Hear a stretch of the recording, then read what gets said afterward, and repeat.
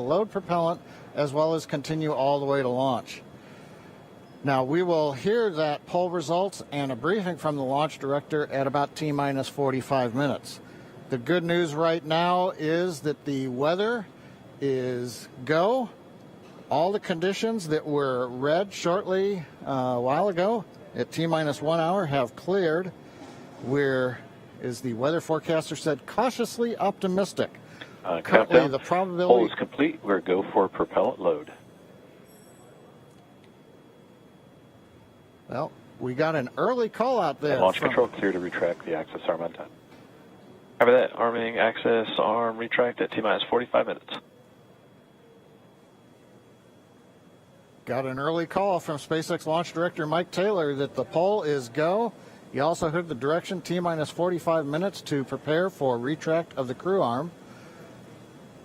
As we hear more discussion, we'll stop and let you listen in. But right now, weather for liftoff, ground level winds are good, 10 to 15 miles an hour, well within limits. Upper altitude balloons show that conditions are acceptable. The red weather conditions have cleared up, the last one being cumulus clouds. And the probability of violation is set at 30% right now, so that's 70% chance of good weather. We're continuing to watch. There is about a less than 10% chance of lightning. We're also watching the abort corridor off of the Atlantic coast. In case, for example, it's stage separation, Dragon had to abort into the ocean. The conditions there are acceptable. There has not been lightning lately. The weather, winds are good, light rain. It is go, but NASA is going to continue to watch those conditions. T-minus 45 minutes and counting. Reminder on hold and launch escape protocol. For non-urgent no-go conditions, brief the CE or LD, and they will approve aborting launch auto sequence and proceed to launch abort. For urgent issues affecting the safety of the operation, operators shall call hold on the countdown net. Launch control will immediately abort the launch auto sequence and proceed to the launch abort auto sequence. Operators shall also advise launch director whether structural break or fire is imminent or occurring for Dragon manual escape flight rules. A reminder on fire alarm instructions. In the event of a fire alarm, key operators previously briefed will remain at their post while the alarm is evaluated. In the event that personal safety is threatened, evacuate to the south-facing emergency exit, which leads directly outside. At this time, weather is go for launch. You can see on the screen, we're inside T-minus 40, we're T-minus 44 minutes, 5 seconds. Crew access arm retracting away. SpaceX launch director is given the final brief to the crew. And we will be beginning propellant loading at T-minus 35 minutes. So right now on Falcon 9, ready to get into propellant loading. Dragon, crew, getting configured, set up. The arm is pulling away. The range is go for launch. They continue to monitor the air and the sea space. Everything looks good. And we finally have gotten green across the board on the weather conditions, but we can't take a deep breath quite yet. We're going to have to watch the weather all the way down to T0, both here at Kennedy Space Center and out in the Atlantic in the abort zones. Now, earlier we saw many of you following the launch from the United States on our hotspot map. Now that we're inside an hour, we're seeing large numbers of folks logging on, tuning in from coast to coast and around the world. So we'd like to know, is this your first time watching a launch live, not counting Wednesday? And if not, how many have you seen before? Tell us using the hashtag LaunchAmerica from your favorite social media platform. And with that, at T-minus 42 minutes, 50 seconds, conditions are go, and we are counting down for an on-time launch. Let's send it back over to Kennedy Space Center as the action begins to pick up on the pad. Dragon, SpaceX, you are go for Section 7, close visors, and arm launch escape system. We will put Section 7 in work, visors come and close.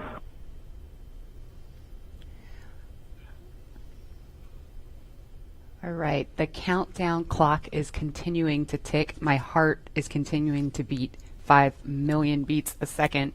And we are getting so close. SpaceX Dragon in 7.2. Visors are closed. We're arming launch escape system. Copy. And as you just As you just heard, the crew is arming the launch escape system. That is one of the absolute last big milestones prior to liftoff, other than nominal Falcon operations.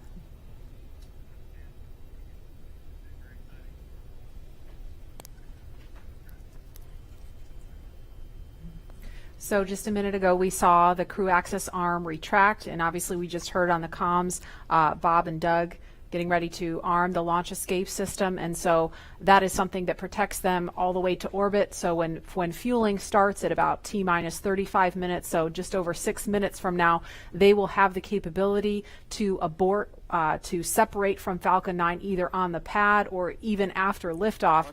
That's a critical safety capability. And we are going to go over to Hawthorne now to take us through these next minutes. Jesse? Section, switch into nitrogen. We did hear that call out that they are arming the launch escape system, so very exciting. SpaceX has designed Crew Dragon and Falcon 9 to be the safest launch system ever flown. So we brought back Nick Picone, SpaceX's Nick Picone, to talk more about this again. Thanks for coming back and joining us today, Nick. Hey, Jesse. Happy to be here. Still monitoring the launch here with our recovery and ground operations teams. Awesome. And Nick was our mission manager for our in-flight abort test earlier this year and now works on the Starlink team. Nick, on Wednesday, you talked about the launch escape system. Could you just give us a brief summary today for those that are joining today? Sure. So the launch escape system, again, is our ultimate safety feature to keep Bob and Doug safe in the event of a major Falcon anomaly on the pad. The system is designed to automatically fire if either vehicle detects a dangerous condition developing. And if that happens, Dragon will use its 8 Super Draco engines to push the capsule off and away to a safe distance away from this Falcon. This capability is absolutely critical. It's what keeps the crew safe, and we're now active and armed on the pad with it protecting the crew. And as you mentioned, the launch escape system allows the Dragon to separate and get away from the vehicle. I believe it goes into the ocean. What happens after it lands safely in the ocean? Correct. So for most of our failure modes, the successful end state is Dragon deploying parachutes, splashing down safely in the ocean. But since a launch escape can happen while the vehicle's on the pad or anywhere in flight up through orbit, it could be splashing down right off the coast of Cape Canaveral. It could be splashing down thousands of miles away in the North Atlantic. If that happens, to make sure we can get to Bob and Doug as quickly as possible, the Space Force's 45th Space Wing, Task Force 45, has pararescue teams staged and ready all around the world, ready to drop in and rescue Bob and Doug as soon as possible. And you mentioned that the launch escape system will keep them safe all the way up to orbit. What other options are there after Dragon is in orbit? Sure. So if for any reason we're unable to dock to the International Space Station, we have several pre-planned return trajectories, which will bring the capsule down to a splashdown point close to shore, where NASA and SpaceX recovery forces will be waiting to recover them. It'll look like an otherwise totally normal recovery operation, except for the early end of mission. This operation is something we're doing with one of 2 identical crew recovery ships. We do that because the landing sites, we want to maintain as much flexibility as possible. There could be changing weather conditions that bring down one site and leave the other one up. So we have those 2 identical ships, one in the Atlantic, one in the Gulf of Mexico. And our space operations team can redirect the spacecraft to go to whichever site is the safest option for the crew at that time. And with the vehicle, in almost any scenario, it sounds like the vehicle will land into the ocean. And it may look like a gentle landing into the ocean, but it's a pretty dynamic event happening. And you mentioned there are teams that are ready to go and rescue the vehicle and the astronauts on board. How do you prepare for something like that, especially with so many different scenarios that could happen?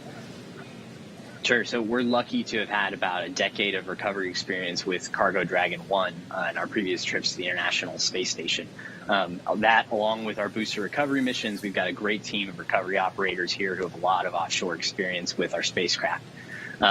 The system, though, that we took that experience, we built up a new crew recovery ship, 2 identical crew recovery ships, I should say, which have a lot of those lessons learned baked into the design of that ship and the operations. These new ships have complete medical facilities, an operational helipad and redundant communications, power, and propulsion to make sure they're robust and ready for anything we encounter offshore. We've also done tons of training exercises with SpaceX team, the NASA team, and the rescue forces I mentioned earlier, practicing capsule recovery, emergency scenarios where we have to get the crew out of the capsule while they're still in the water, as well as those helicopter evacuations, taking off and landing from the pad many times so that we make sure the team is ready to do that. They're all staged and ready. They feel ready to support, and will be ready to call on us if anything goes wrong today. Awesome. It sounds like Bob and Doug are in some really good hands and will be safe no matter what occurs on the vehicle. So thank you, Nick, for joining us again, for walking us through all of those details. I hope you're just as excited as we are for a launch coming up here very, very shortly now. So we're going to send it over to KSC to Lauren. Thank you, Jesse. So as you just heard, fueling is about to begin at T-minus 35 minutes. We are about 50 seconds away from that. And so we're getting really, really close to the first launch of astronauts into orbit from American soil since 2011. The launch escape system is armed, which, as you know, happens before fueling. And Dragon propellant load, that's the propellants that are inside of the Dragon capsule, not the rocket. Prop load for Dragon took place weeks ago and just a few miles down the road in what we call Dragonland. And those propellants, they are MMH, or monomethyl hydrazine, which is the fuel that we use. It's hypergolic fuel. And NTO, or nitrogen tetroxide, that's the oxidizer. Those two come together and they ignite in space to propel the vehicle. You don't need that TTEB or a third thing to ignite, because hypergolic propellants don't require it. You just need the fuel and the oxidizer. And as you just heard, propellant load has started. That bipropellant system feeds all of the engines on Dragon. So Dragon has 12 service section engines in each. So there's 3 in each quad, 3, 3, 3, and 3. Those are used for on-orbit maneuvering for Dragon. There's also 4 additional Dracos that are underneath the nose cone for large Delta V maneuvers that the vehicle will perform. But the engines that Nick Picone was talking about earlier are Super Draco engines. We have 2 in each quad of the vehicle, so 8 total. And those are bigger engines with a high flow propellant system, and those are what lift Dragon off of Falcon 9 in the unlikely event of emergency that requires us to get off of Dragon, off of Falcon. Now, you probably remember, let's see, Mercury, Apollo, Soyuz, they have that big pointy tower on top. That's the launch escape system for those vehicles. It's actually just another rocket on top of the spaceship that lifts the vehicle off. In the case of Dragon, our escape system is integrated into the vehicle completely. And so that's just better from one less thing you have to jettison every single flight. But it also allows us to have escape capability from the pad before T0 all the way through to orbit. And so even if the very last minute, if we needed to get off of stage 2 while we're in space, we could actually escape to orbit. So yeah, that's the escape system for little baby Dragon here. Thanks, Lauren, and thanks for walking us through that, because I think it's really important that people understand that critical safety capability, and that's the whole point when we hear that launch escape system is armed.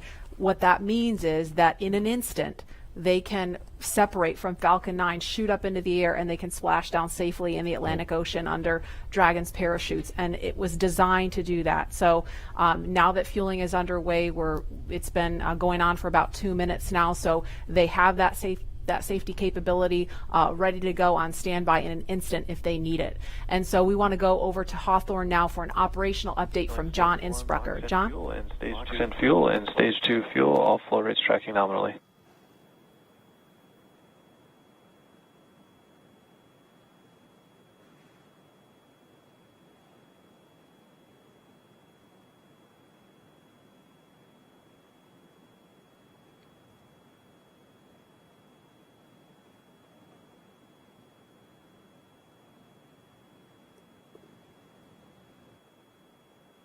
All flow rates tracking nominally.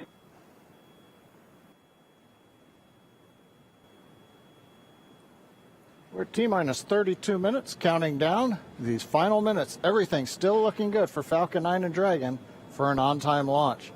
Falcon 9 did begin propellant load at T-minus 35 minutes at planned. Now on the Falcon 9, we use a fuel and oxidizer as the propellants that power it. The fuel is commonly known as RP1. That's rocket propellant grade 1 kerosene. The oxidizer is densified liquid oxygen, also called LOX. Densified means it is kept much colder than typical for launch vehicles. This allows for more oxidizer to be loaded into the first and second stages. Now with the fuel and oxidizer on hand, we need an ignition source to complete that fire triangle, as we call it. For this, Falcon 9 uses a fluid called T-Tub. It ignites in the presence of oxygen and gives off a green-colored flame. Now it's hard to see on the first stage ignition due to the water that will be spraying on the pad, but you might just see the green flare as the second stage engine ignites following stage separation over 2.5 minutes into flight. Now currently first stage fuel tank is about 10% full. The first stage, as a reminder, as you look on the left side of your screens, the first stage is the long white cylinder at the bottom, topped off by the black cylinder. So over 2/3 of the rocket is that first stage. So the fuel tank is getting loaded. We're also loading the liquid oxygen into the first stage also. The second stage, which is the top 1/3 between the Dragon and the black cylinder, that's the white second stage, that is being loaded with fuel right now. That's about 8% loaded at this moment. Liquid oxygen loading is going to begin on second stage at T-minus 16 minutes 30 seconds. Liquid oxygen loading will continue on both stages all the way down to the last few minutes of the count. We're also loading helium into pressure vessels on the stages. That's used to pressurize tanks in flight as the propellant is pulled out by the strong Merlin turbopumps. On board the Dragon spacecraft, astronauts are monitoring systems while the propellant is loaded into Falcon 9. While we mentioned we had trained them with sounds that we had recorded on board. They've been through most of the propellant load, and they are now experiencing those sounds and vibrations. Stage 1, the cryo range helium load continues started. to report no problems. They are go to support launch. Weather, the last of the red conditions cleared up about 15 minutes ago. Everything is marginal but acceptable on the weather. We'll continue to watch all the way through the countdown. Now, as a reminder, today we are now into an instantaneous launch window now that we've begun propellant loading. So at this point, if we hear a hold for any reason, we'll have to stand down and target our backup launch opportunity tomorrow, May 31st. Thanks, John. For Demo 2, Bob and Doug's flight to station will take about 19 hours, and their journey is fairly similar to the trip our Cargo Dragon makes back and forth to the International Space Station, but with two noticeable differences, and that's docking and splashdown.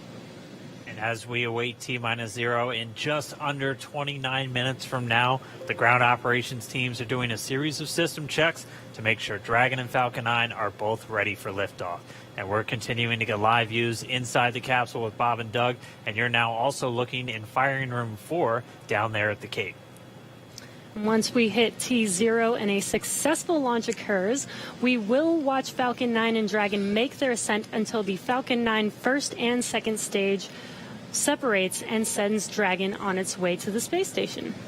And at this point, mission operators will prepare Dragon for on-orbit operations, where the vehicle will execute a series of burns that gradually raise its orbit to align more closely with the space station, as you can see in this animation.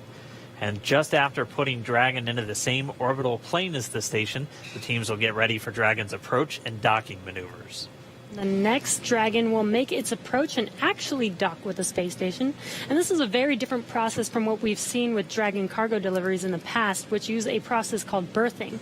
Berthing requires a spacecraft to approach the station and then stop so a crew member can maneuver the station's robotic arm to capture the spacecraft.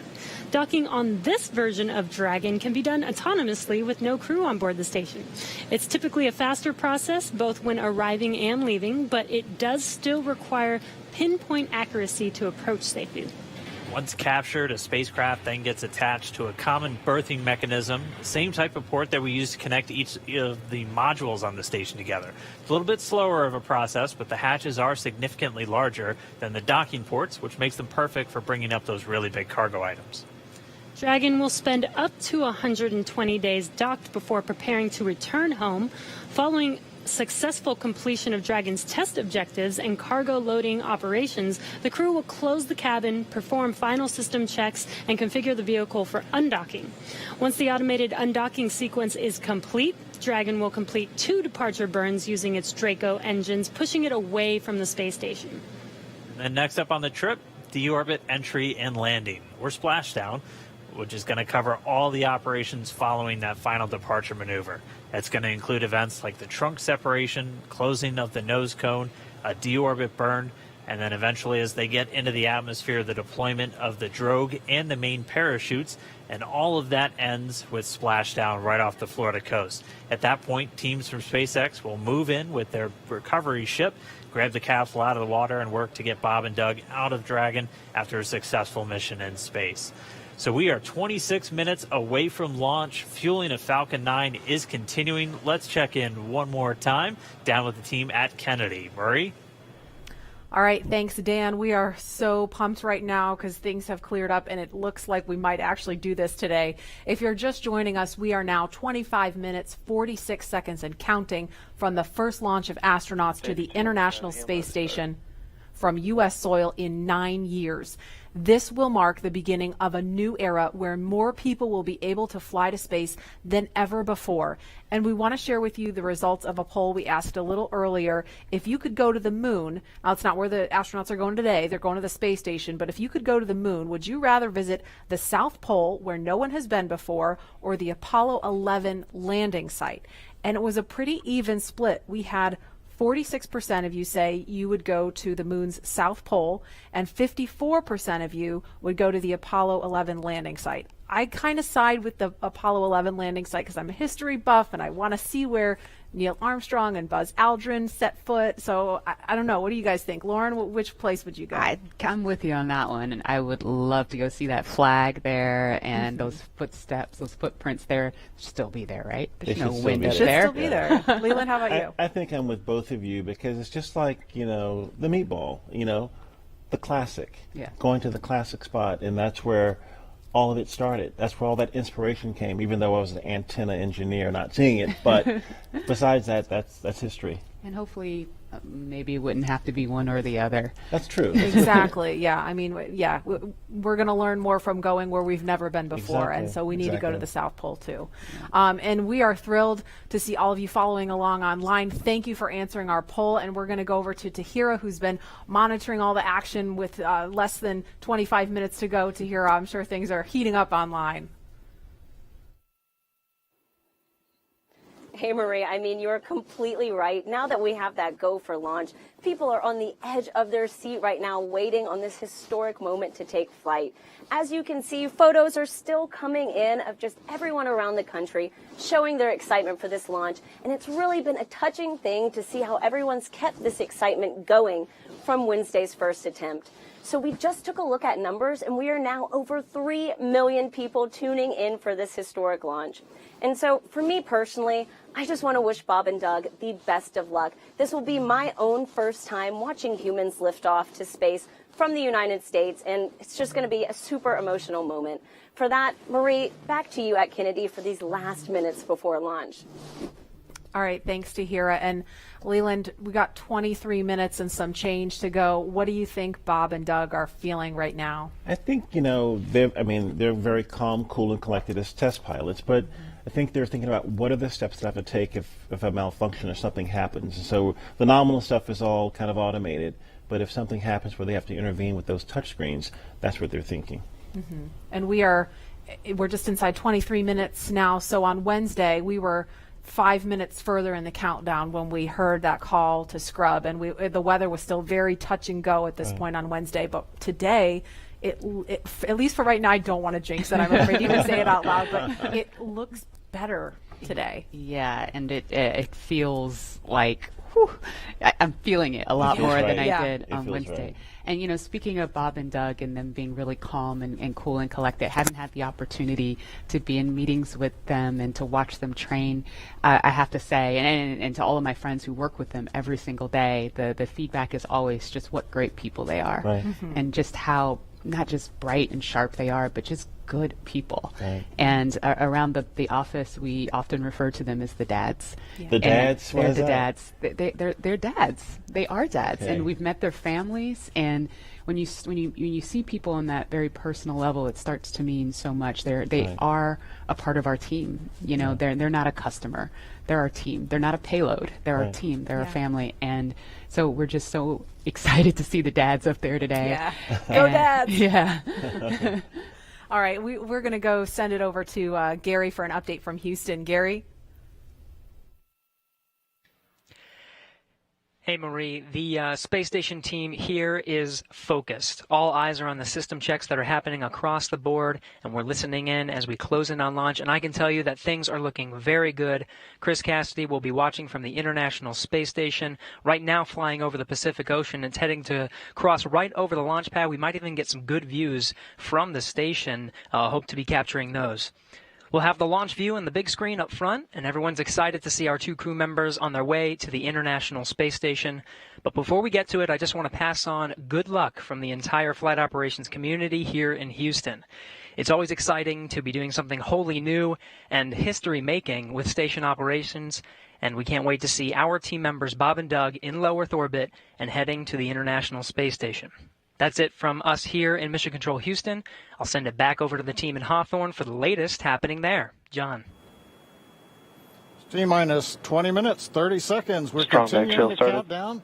Everything is still looking good for launch of Falcon 9 and Dragon. 22 minutes, 45 seconds after the hour.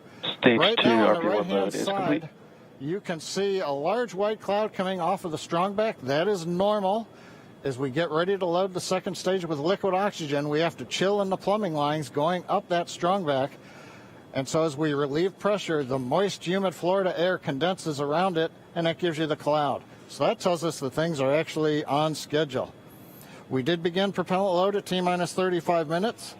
Fuel loading on the second stage, I believe we just heard the call out that it is complete. First stage fuel load is continuing, and right now that's a little more than, that's about 60% of the way full. So things are looking good. Second stage is getting ready to begin the liquid oxygen loading. After they finish chilling in the lines that you see on the monitor, they'll begin the load at T-minus 16 minutes and 30 seconds. The range right now is go, ready to support. Weather continues to be go. As we inch our way closer, we're keeping our fingers crossed. We're waiting to hear if anybody calls out an issue, but for the moment, as you can see on the screen, it looks good. Now, on the Dragon side, the Dragon mission director and the team there are reporting no issues. They've done their communications checkouts. The crew access arm, as you can see, is retracted away from the spacecraft. The crew is strapped in, and they are ready to go. Now, final instructions will be going to the crew at T-minus 10 minutes.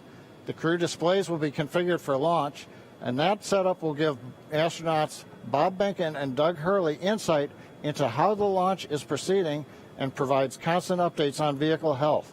We've already heard the crew give their go, close their visors, and get ready for launch. For Dragon, it'll enter terminal count at T-minus 5 minutes. When it transitions to internal power, we'll hear continued call-outs on the countdown net as we get close to zero and to liftoff. But right now, at T-minus 18 minutes, 15 seconds, everything continues to be go for an on-time launch.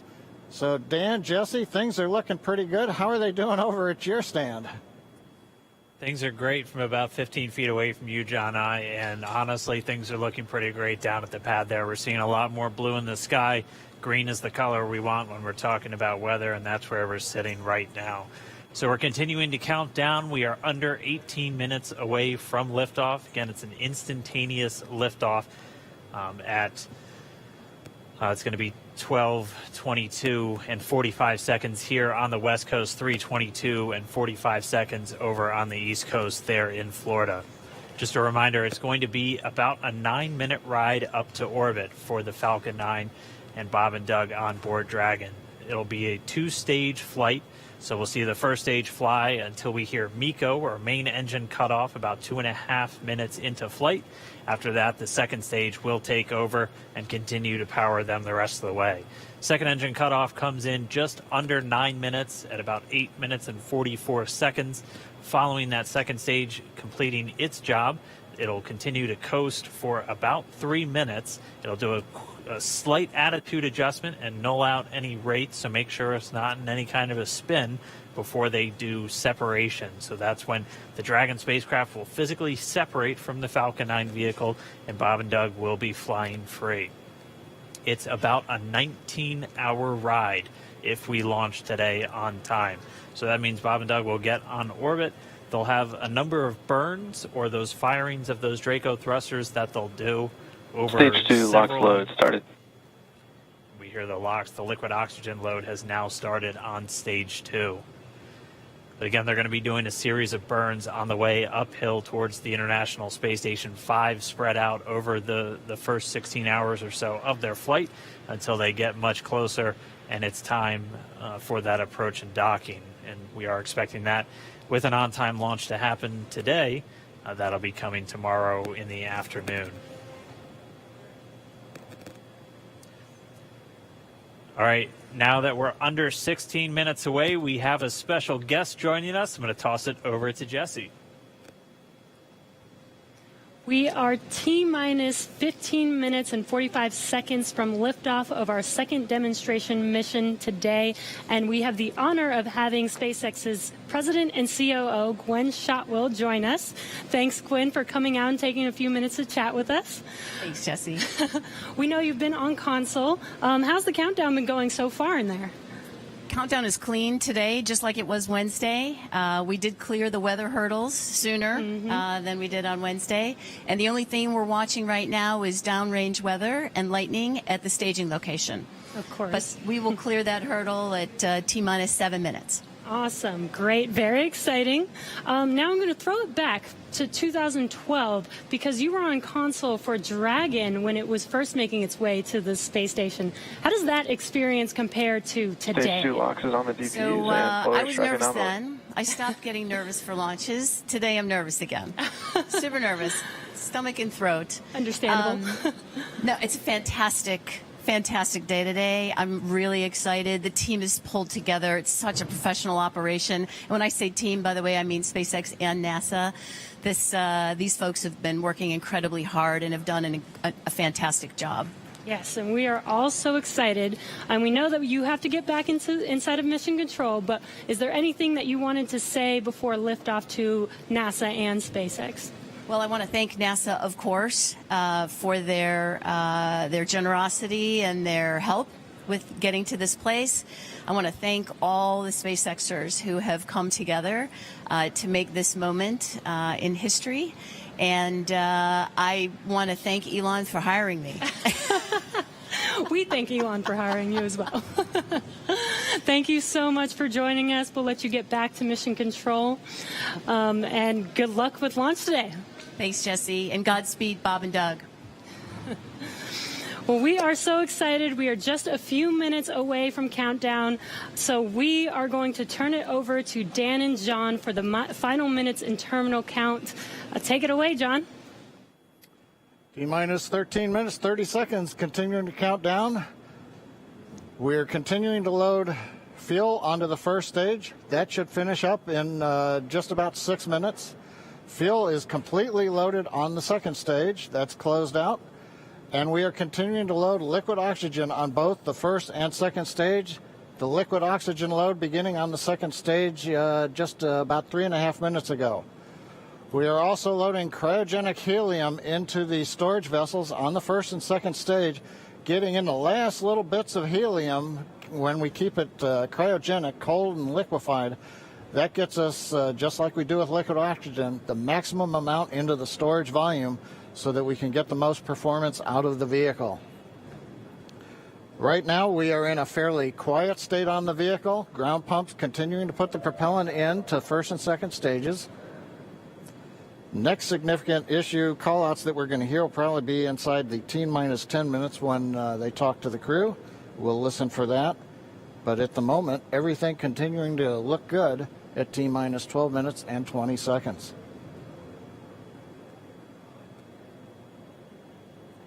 We're getting real close now, John. It's only a little over 12 minutes away. Just a reminder for everybody, it's about a 9-minute ride uphill. We'll have some dueling boxes going on as that first stage is going to be coming home while the second stage is carrying Bob and Doug into orbit. But obviously, we'll be keeping an eye on our astronauts the whole way uphill. Some of the calls that you'll be hearing, as there will be what we call performance calls over the Dragon to ground the entire way uphill. And you'll just hear some of the SpaceX engineers calling out trajectories and booster performance. So we're always looking for that word nominal. I know that's one of John's favorite words. That's one of mine too. We want to hear nominal as much as possible up on the way uphill. You might also hear some number and letter combinations, and those correspond to the different abort zones that Bob and Doug are in during their flight uphill. There's 1A and 1B, which signify that they're on the first stage. Those carry them from there in the Cape all the way up to about the very top of North Carolina. And then we'll have 2A through 2E or 2 Echo, and that will be on the second stage, and that goes from North Carolina all the way up to about the tip of Newfoundland, so in the northern Atlantic. And then there is a zone of the northern Atlantic that we're going to avoid, and so you should hear the call out be something similar to forward to Shannon, and that just refers to Shannon, Ireland, which they'll be going off the coast of Ireland at the later stages of the second stage if they have to abort. So just prepping you now for some of those calls. You're hopefully going to hear that word nominal a whole lot on the way uphill.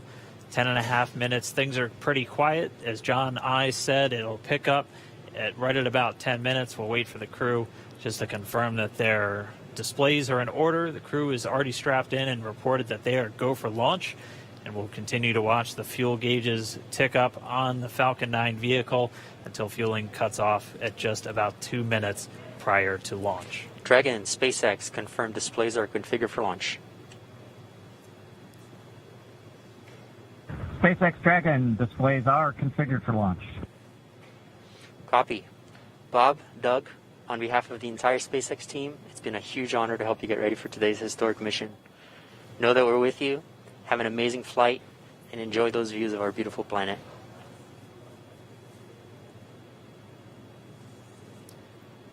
Thanks, Jay. It is absolutely our honor to be part of this huge effort to get the United States back in the launch business. We'll talk to you from orbit. Thank you. Copy all. Thanks for those words. The SpaceX core, so again, that voice that's going to be talking to Bob and Doug throughout their mission from right here in Hawthorne, just offering a few quick words. The crew did confirm their crew displays are configured for launch. We are coming up on 9 minutes and counting. We've gotten through T-minus 10 minute with the crew discussions. Activity is now going to switch over to Falcon 9. Our next major event comes at T-minus 7 minutes. We begin what we call engine chill. Pre-valves will open. Those currently separate propellants on the first stage from getting down to the Merlin engines. We'll open the pre-valves. That'll allow fuel liquid oxygen to flow to the top of the pumps. And more importantly, when we open the valves, that'll allow us to begin chilling the 9 Merlin 1D turbopumps on the first stage engine. It'll take a few minutes to get them cold enough to where they would then be ready to pass the large amounts of liquid oxygen through the pumps and into the main thrust chambers when we get to engine ignition at T-minus 2 seconds. We don't want to try to run highly chilled liquid oxygen through a warm pump. You would flash that into gas, and running gas through a high-speed pump is not a good thing. So right now, we are waiting for T-minus 7 minutes. That'll start the engine chill. Shortly after that, we will also get the fuel shutdown.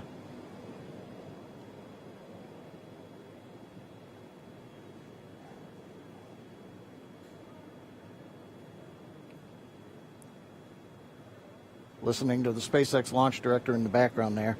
As I mentioned, at T-minus 7 minutes as we start the chill, we will also get into the final topping off of stage 1 fuel, and then the fuel load will complete.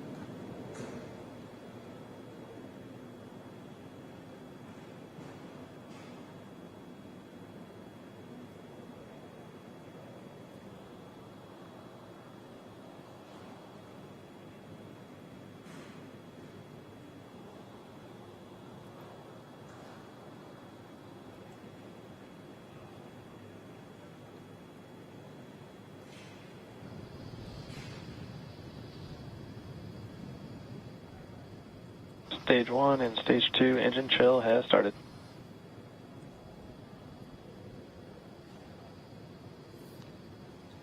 We've heard the call out. Stage 1 engine chill has started. That's gone up to the crew so that they've got situational awareness. As I mentioned, the pre-valves are open. And now we are topping off first stage fuel, getting ready to finish the fuel load. Liquid oxygen load on first and second Engine stage hydraulics at pressure. will continue until the last 3 to 2 minutes of the countdown. We should hear that call out RP1 load complete coming up in about 6 minutes. Again, RP1 is just that densified kerosene or that rocket fuel that Falcon 9 is going to be used to power Bob and Doug to orbit today.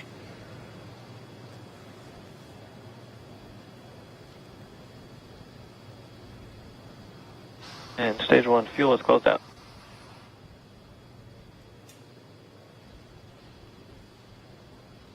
Right on time. That call out indicates that the fuel loading on the first stage is complete. Draining back the lines now, so first stage and second stage fuel are complete. Liquid oxygen loading is continuing on both stages. You can see on the view on the left side of the monitor the condensation, the cold gas wrapped around the stages as the tank skins are chilled by the densified liquid oxygen, picking up the humidity Falcon from 9 the is in Florida air. line. It looks like at this moment we're a little more than 90% full on the oxidizer on the first stage, ticking up towards that 80% mark on the second stage. We'll be counting down all the way till about 2 or 3 minutes, as John and I just said, until everything is loaded Falcon in 9 Falcon heaters 9. closing out. And then we will be go for launch. Dragon has transitioned to configure for terminal count. Vehicle tanks pressing for strong back retract.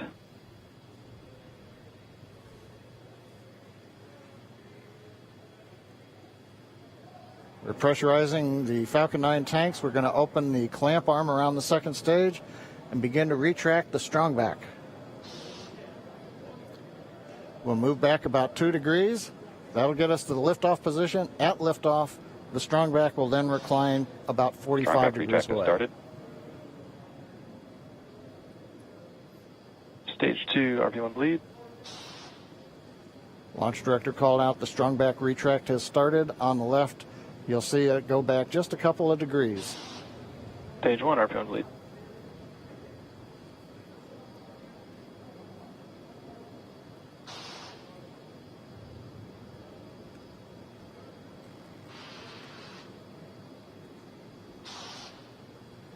We are just 4 minutes away from liftoff. Again, at this moment, Bob and Doug are really just laser focused on those displays. They have insight directly into Dragon and the Falcon 9. They're able to see where their fuel loading is at, how everything's progressing down with the count. AFTS final setup started.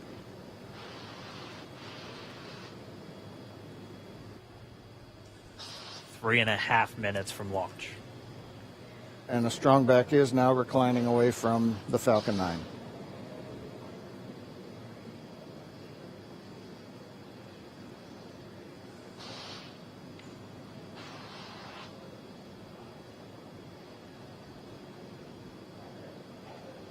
MVAC igniter purges.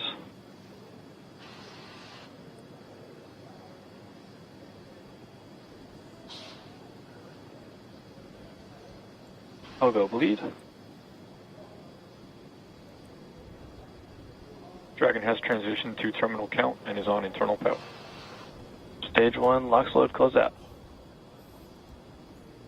Okay, we're at T-minus 2 minutes, 42 seconds. Stage 1 LOX load is closed out. Stage 2 will continue to load for about another half a minute or so. Once we get the completion of Stage 2 LOX loading, we have to vent down the line, so you'll see another large white cloud coming off of the strongback. That'll be normal. That'll happen Vehicle around is transitioning to T-minus internal power. 1 minute and 40 seconds. We're going on internal power now. Just a few seconds away from the Stage 2 LOX load being complete. It's been almost 9 years since we've been in this position. A lot of work done by thousands of people to get to this point. All our eyes focused on 2 now.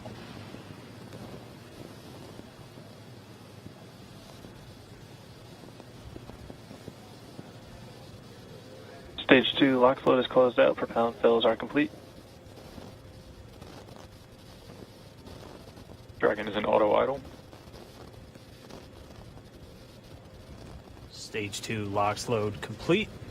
All fuel, all oxidizer on Falcon 9. 1 minute 34 seconds to go till launch. Ground gas closeouts is starting.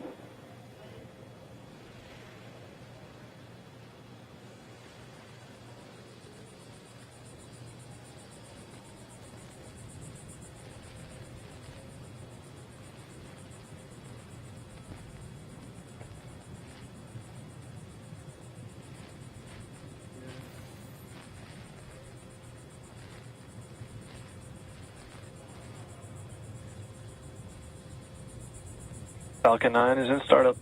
Dragon is in countdown. FTS is armed for launch. Under a minute now, the FTS, the flight termination system, has been armed. Dragon, SpaceX, go for launch. SpaceX Dragon, we're go for launch. Let's light this candle.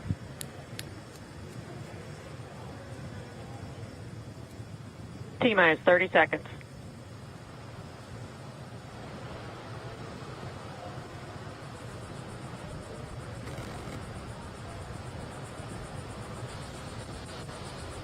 Stage 1 tanks pressing for... We're in the throttle bucket. Reports say all systems are go. Vehicle is supersonic. We've exceeded Mach 1 on the Falcon 9. Dragon, nominal trajectory. All right, hearing nominal trajectories, the Dragon pointed in the right direction, continuing to make their flight uphill. Heard acquisition of signal Bermuda. That's one of the other ground stations that they're using to get telemetry and data back from this spacecraft. Stage 2 propulsion is still nominal.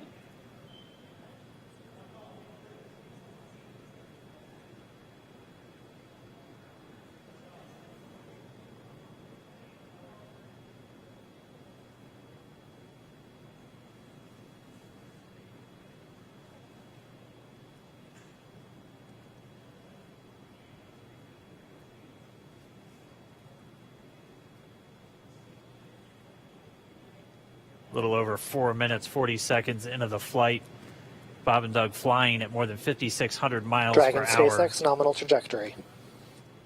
Already almost 200 miles downrange from the Kennedy Space Center. Nominal trajectory continuing.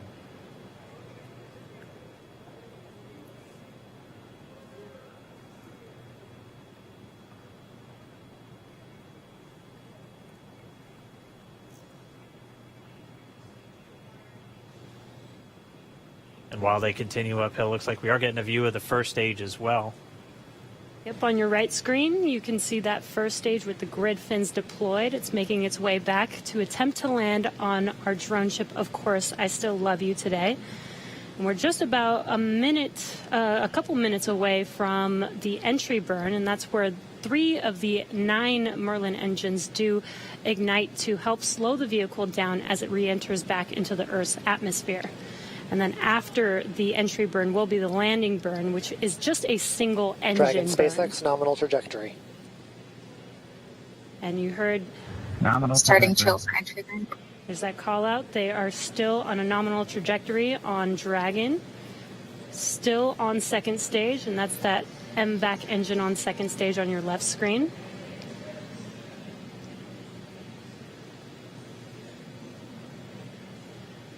Again, on your right screen is that first stage booster coming back towards our drone ship, Of Course, I Still Love You. We're about a minute away from entry burn. Meanwhile, that second stage continuing to power Dragon into orbit. Again, if you're keeping an eye on that timer, that's going to continue to burn until 8 minutes and 44 seconds into flight. So a little over 2 minutes from now, we'll hear the call out SECO. It'll then be a little Stage 2 propulsion is still good. A little over 3 minutes until Dragon physically separates from the second stage of the Falcon 9 after the upper Dragon stage gets a SpaceX, chance. nominal trajectory. Dragon copies, nominal trajectory. Continuing to check in with Bob and Doug as they are on a nominal trajectory. Just about 10 seconds away from that first stage, starting that entry burn on your right screen. We should be able to see that view live. Stage 1 entry burn startup.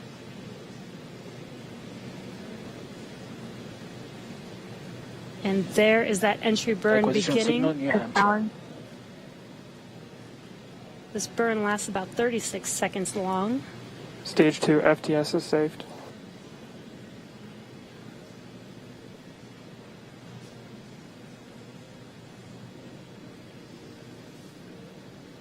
Well, that entry burn continues. We're just about a minute away from SECO. We'll have a number of events all happen in rapid succession. The 9 doing their job, placing Bob and Doug into orbit. I mean, this is a day.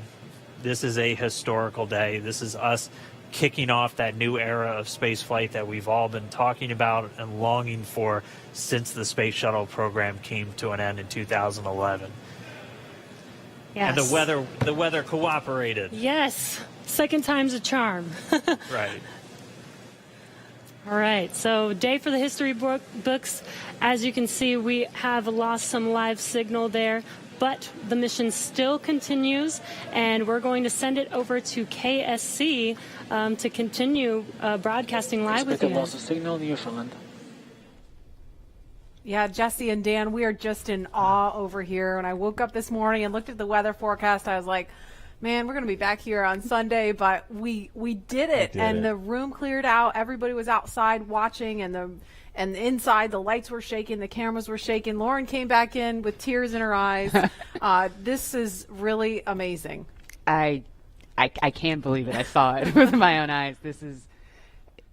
I'm a little bit speechless.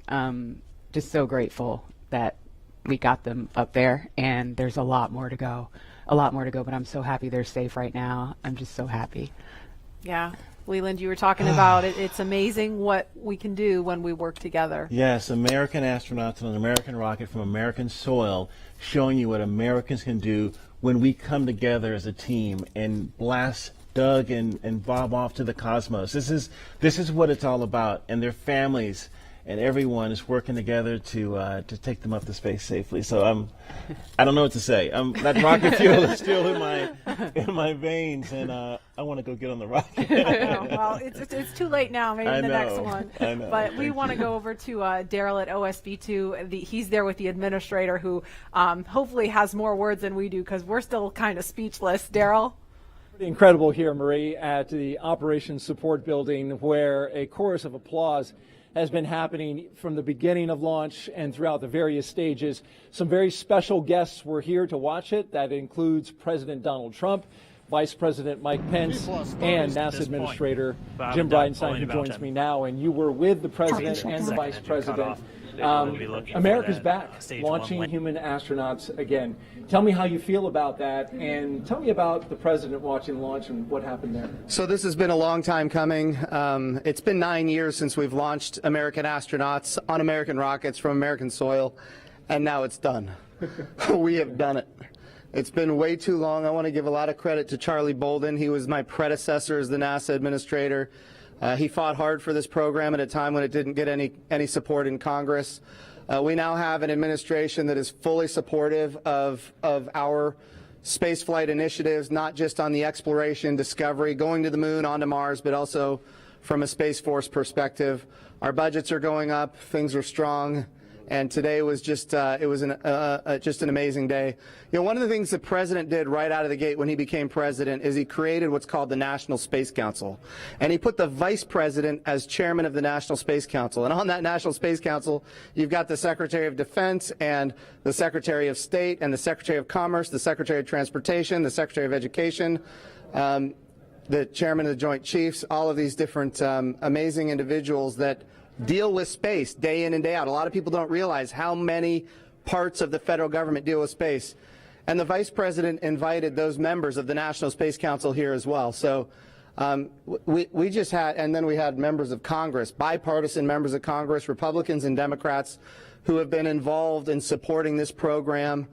for a long time now. So I'll just tell you, I'm breathing a sigh of relief, but I will also tell you I am not going to celebrate until Bob and Doug are home safely.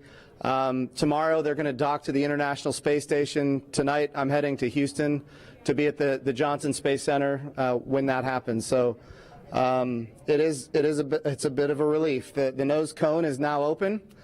It's now deployed, which means that now we're going to go into some burns. We're going to have some phasing burns. We're going to have some boosting burns, and we're going to get as much as we can in alignment with the International Space Station as early as possible here. But also, I know it's hard, but the big thing that we need to do now is we got to get Bob and Doug, who have now gone through this exercise twice. They need to get some rest.